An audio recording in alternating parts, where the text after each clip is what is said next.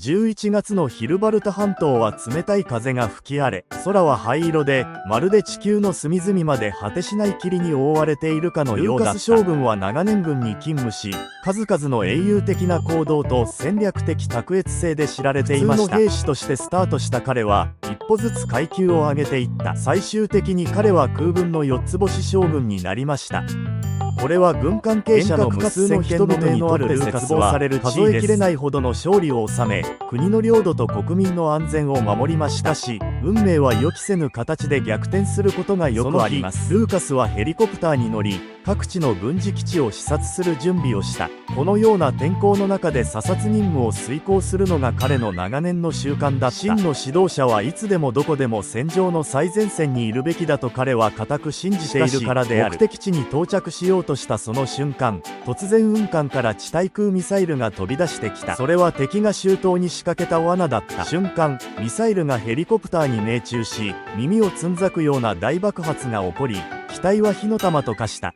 あっという間に寒い荒野に落ちていきます。ルーカス提督はその場で亡くなり、殉教者となった。軍と国は彼のために盛大な葬儀を執り行い、彼の名前は記念碑に刻まれ、永遠に世界に記憶されることになるだろう。しかし、それで彼の終わりではありません。ルーカスが再び目を開けると彼は前例のない圧力を感じました。彼はもはや筋肉の緊張を感じなくなり、心臓の鼓動も聞こえなくなりました。彼はもう人間ではありません。下を見ると、自分が古い金属くずのタンクになっていることに気づき、彼は愕然としました。タンクは錆とへこみで覆われ、履体は数箇所で破損し、ほぼ全ての機能を失った。システムが起動中です。ルーカスの頭の中で冷たい声が聞こえた。その声はまるで運命に導かれたかのような不思議でありながらも心強いものでした。アイテムを飲み込んで経験値を獲得します。現状金属くず。彼は放棄された軍事工場に閉じ込められ、さまざまな廃棄部品や壊れた金属物に囲まれていました。それは全て運命のようです。私は戦車になってしまったのですか？ここは一体何なんだ？システムは彼の内なる質問に答えず、冷たい通知音だけが鳴り続けた。メタルアイテムを飲み込んで経験値がないことを知っていました。彼が生き残って力を取り戻したければ、この神秘的なシステムの導きに従わなければなりません。そこで彼は老朽化した戦車を運転し、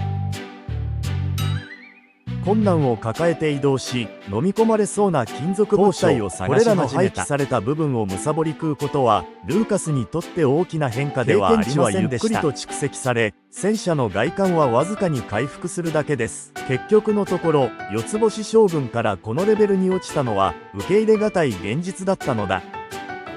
しかし、ルーカスは諦めなかった。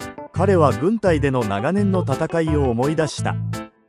当時、敵の包囲に直面していても、困難な突破作戦を指揮していても彼は決してひるむことはなかった。今度は彼は簡単には諦めないだろう。時間が経つにつれて、ルーカスは飲み込んだ金属物が高価であるほど、それがもたらす改善がより重要であることに徐々に気づきました。彼は放棄された戦車の方針を発見した。それは珍しい金属の物体で、それを飲み込んだ時、彼の体に今までにない力が流れ込むのを感じました。履体はより強力になり、装甲はより厚く、砲塔の出力は増加しました。アップグレードするたびにルーカスはより強力になります。彼はもはや単なる古いスクラップ戦車ではなく、徐々に完成に近づきつつある戦闘マシンです。ルーカスは来る日も来る日もこの人気のない半島を探索し続け、自分自身を向上させることができる金属製の物体を探しました。さらに無敵になります。敵のドローンが時折上空を飛行し、このますます脅威となる戦車を発見しました。しかし、彼らの武器はもはやルーカスを傷つけることはできませんでした。ルーカスは不屈の意志と無限の力を頼りに、これらの敵の装備を素早く破壊しました。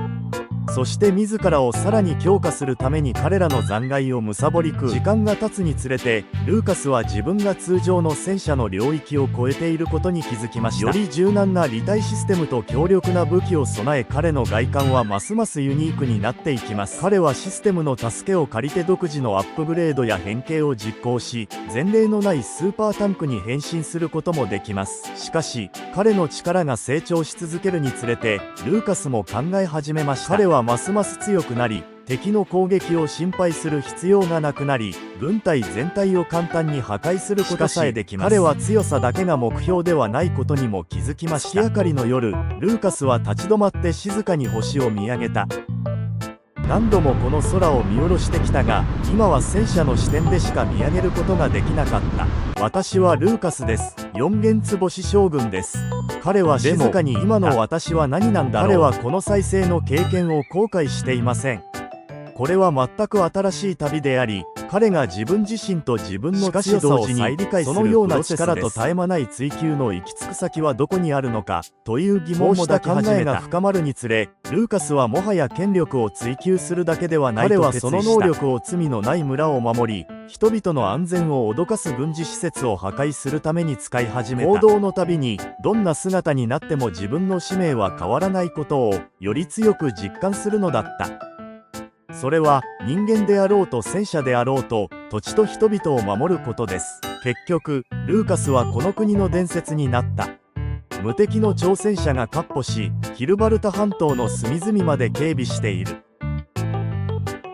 人々はもはや彼を恐れず、この未知の英雄に畏敬の念と感謝の念を抱きました。戦車の形態になってもルーカスは勇敢で恐れを知らぬ心を持ち続けています。彼はもはや無限の力を追求するのではなく、内なる平和と使命への粘り強さを追求します。彼は再びかつての栄光の頂点に立つことができました。